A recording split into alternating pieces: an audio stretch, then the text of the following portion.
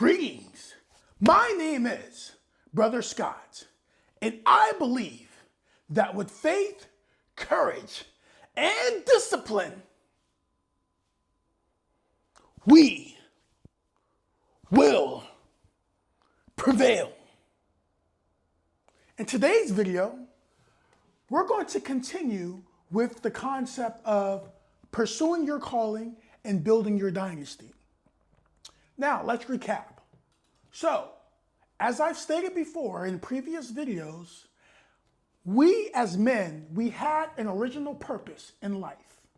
And that purpose was to hunt and to fight for our families and our communities and our bands of individuals. But as with the advent of society, and now we live in this concrete jungle called society, hunting and fighting are no longer our purpose. So, what I have decided is that when you look around, we have to make a new purpose for ourselves. And our purpose is to pursue our calling and build our dynasty. So in these next couple of videos, I'm going to go into further detail about what it means exactly to pursue your calling and what it means to build your dynasty. And in this first video, we're going to talk about, well, finding your calling. You understand? All right, so first off, what is a calling? I've said this before. A calling is a lifelong mission that you are passionate about that provides value to others. And you should use your calling to help solve a problem, to teach, to entertain, to uplift. You understand? So, notice I did not say your calling is something that you do to make a lot of money, to make millions and billions of dollars. I said it's a lifelong mission that you're passionate about that provides value to others. You understand? Now, the importance, we're going to talk about the importance of finding your calling. Your calling gives you purpose in life. It gives you a sense of direction. It gives you a foundation to build on, and you can create goals and milestones based on your calling. Finding and pursuing your calling will unlock your potential. You will feel an ambitious spirit awaken within you. You will develop a monster work ethic in pursuing your calling. Let's break that down. Okay? So I said it gives you purpose in life, it gives you a sense of direction. Remember, I said before, our original purpose was to hunt and to fight for your family. And so you already had a sense of direction. You already knew what you were going to do when you woke up in the morning, back in the days of old before civilization. You know you had to get up, you had to get with your brothers or your sisters or cousins or whatever the case may be and carry out the plan of the day in order to survive, in order to get food, in order to get whatever it was required for you and your family and your tribe to stay alive. But it's not so simple now. So that calling, whatever that calling is, gives you that sense of direction. So you're not wandering around aimlessly, just trying to do whatever you think people want you to do in society. Now, it gives you a foundation and it gives you goals and milestones that you can accomplish based on that calling. All right, let's go into how to find your calling. All right, so I'm going to list these off, and this is not an exhaustive list, but these are some good ideas as far as when you go to find out what your calling is. You understand? All right, so think about what brings strong emotion out of you, okay? Positive experiences can fuel you to recreate those positive experiences, and negative experiences can fuel you to find solutions to a problem you want to solve. For example, let's say you're a big Marvel comics fan, and you love everything about Marvel. You like the comic books, the action figures, the movies, the Marvel extended universe that they had, or that's still going on. Now, maybe your experiences watching those movies, reading those comics and things of that nature, maybe that inspires you to start creating your own superheroes. You understand? And maybe after developing the skill set, you start writing your own comic books. You understand? That people like and enjoy to read or enjoy to look at. Who knows? So those are positive experiences. And then negative experiences can fuel you to find solutions to a problem you want to solve. For example, let's say you're very big into anime. You love Japanese culture and you love the animation scene over in Japan. And you love what comes out of there.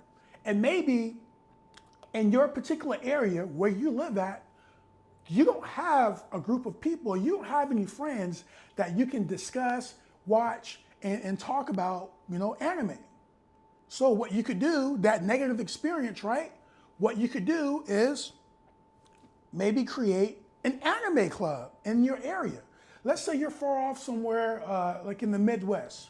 A lot of people don't think about the Midwest if you're from the big city, okay? So let's say you're from like Montana or South Dakota, and there's not a big anime scene. You can create that, and you can create a community based on that negative experience of not being able to talk to anybody who loves that same thing that you like. We understand. All right, so next thing, how to find your calling. What subject matter do you have an unquenchable curiosity for? What subject matter causes you to forget to eat or sleep when you're learning about it? All right, so have you ever been like on YouTube or social media and you end up watching just a random clip that pops up on your feed and it's a bit curious? Maybe it's something you don't know too much about, but it catches your interest. And so you go into Google, you start looking it up. What the hell is this? I've never heard of this before. And then you go on Google, and then Google sends you some more videos, more clips, more Instagram posts, and then you go down this rabbit hole because this is an interesting subject that you've never known about. So what can end up happening is, and this happened to me a lot, where there's something I've never considered, I never thought about. I do a little bit of research on it, and it's like, man, this is a fascinating subject. You understand? You could make it your calling to take this subject and find other people who are just as interested in you, and then maybe make a group, make a YouTube, make something where you can talk about this subject. Like, for example, the city of Atlantis, right? The underwater city. Some people think it was a real city, some people don't. Some people think it was a futuristic city and it was destroyed and now we're starting over trying to obtain the same technological advances who knows, okay? But yeah, and maybe, you get with a group of people that come up with conspiracy theories, maybe write a show, about this ancient city that we know very little about, if it even existed. You understand? So that's that. All right? Here's another one. How to find your calling. Reach back into your childhood and try to remember the things you were obsessed over. What were the most interesting things to learn about in your childhood? What did you have the most fun doing? So this is probably the most straightforward way to find your calling. Just looking back and seeing what were maybe something you enjoyed, you like doing that, now that you're an adult, you don't have the time or you don't have the energy to continue to pursue or continue to enjoy. So, for example, let's say, when you were a teenager or a young adult, you enjoyed reading fantasy novels like Harry Potter, things along those lines, the Hunger Games, things like that. And let's say you just lost your passion because you had to become an adult and you had other things to concern yourself with. If you reach back into your childhood, you could probably maybe get back into what you were looking at, or what you were enjoying in regards to, we're using the example of reading a fantasy novel. Maybe there's a new series of that same genre that you liked before. Maybe you get into that. Maybe you start a book club. You understand? Boom. And then two more. Another way to find your calling. Look at what people are doing. Look at what people are doing. Look at what people who are doing what you're interested in, look at them and see what their lifestyle is like. Determine if you want a similar lifestyle. Pick something that won't feel like work. Your calling should be a way of life. You understand? I already told you I couldn't read, so hey, if you laughing at me, screw you, bitch. But yeah, what I was trying to say was, let's say, so the stereotypical example, right? We all know the A-list celebrities, those actors that are always in all of the good films, and they command a lot of the money as far as what they get paid, and they bring in a lot of money when the box office results come out, and they're bringing in millions and millions of dollars. And we see what their lifestyle is like. You know, the paparazzi, they're always in the news. Someone's trying to take their picture. Someone's trying to get an autograph. Maybe that's a lifestyle that you would love to have. I want to be famous. I want people to take my picture. I want to be in the news. Boom. If that's a lifestyle that you want to live, and you have the talent, you have the skill set, or you have the drive to go be an actor and entertain thousands or hundreds of thousands or millions, boom, there you go. And then let's say the opposite, okay? So maybe you don't want to be, out in the open all the time and people running you down for autographs and things of that nature. Maybe you want to be a streamer, right? You're still providing value to others, whether it's playing video games or just talking about current events, whatever the case may be. And you like the lifestyle, you like the idea of being in your castle, your home. And you don't really have to go out and about if you don't want to.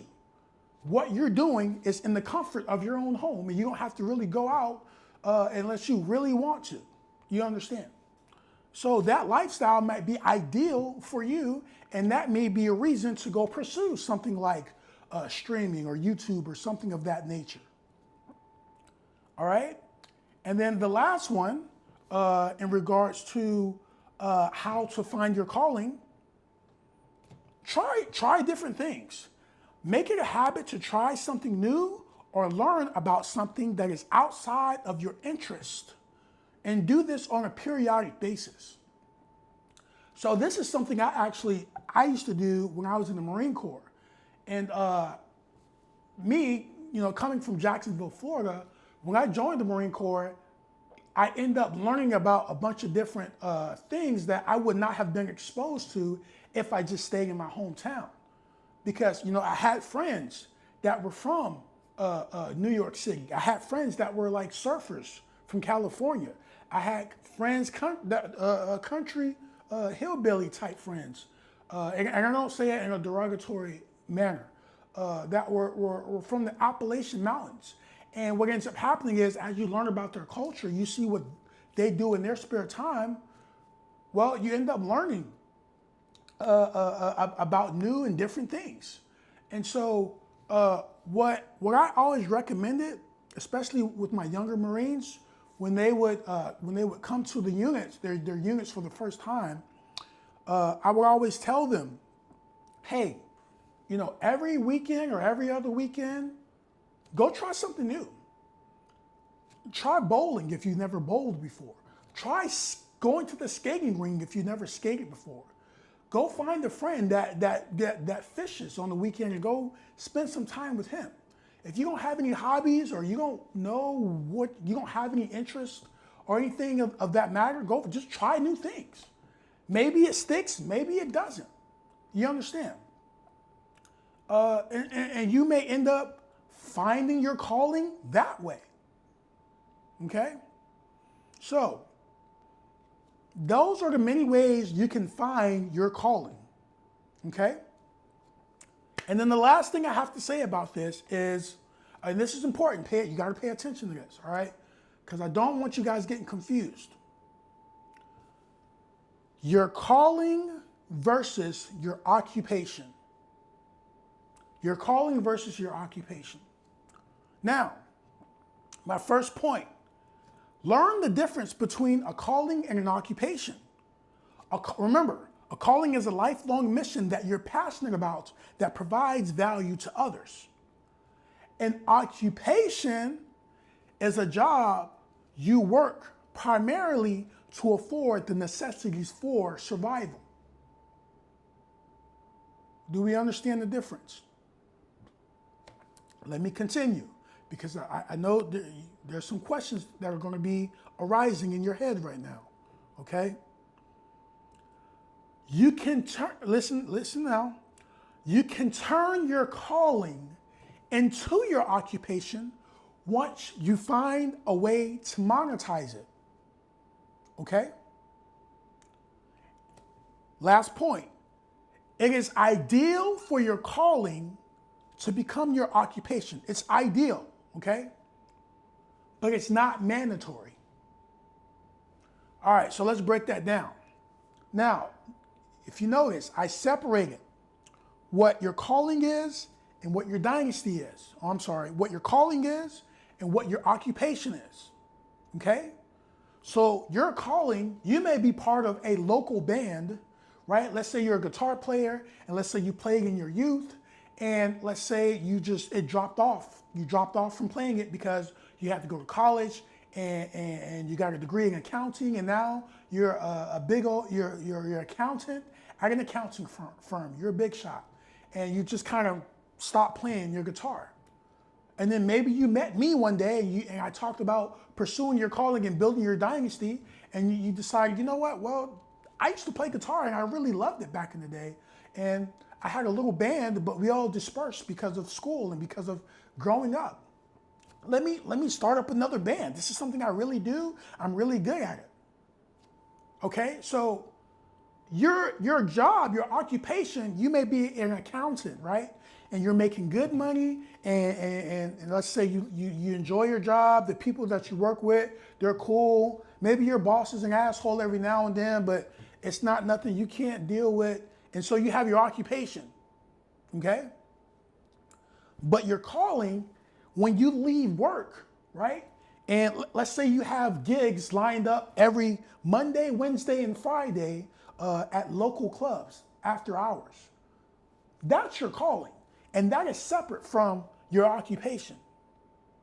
Now, as I said before, you can turn your calling into your occupation once you find a way to monetize it. So let's use that same example, okay? So let's say you've been at accounting for the past 4 years and you've been promoted once or twice and you're doing good.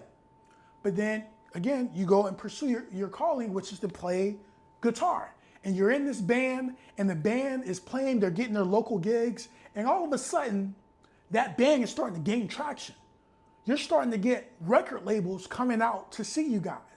You guys are starting to get major promotions throughout the city. You guys are starting to get gigs outside of the city, down deeper into the state, and maybe cross state lines. And it's getting to a point where now you have to make a decision. I have this accounting job, but my calling, this is blowing up. I'm getting to a point where I can pursue this full time. We understand. So then if that is the case and you go ahead and you pursue your calling full time, that now becomes your occupation. And as I said before, it is ideal for your calling to become your occupation, but it is not mandatory. Do we understand? All right, so Today we talked about finding your calling. You understand? And the next video, we're going to talk about building a roadmap to pursue your calling. We learned about finding it. Now we got to build a roadmap to go ahead and pursue it. You understand? All right. Now, if you haven't already, go ahead and like, comment, subscribe, and donate. And always remember, with faith, courage, and discipline, we will prevail.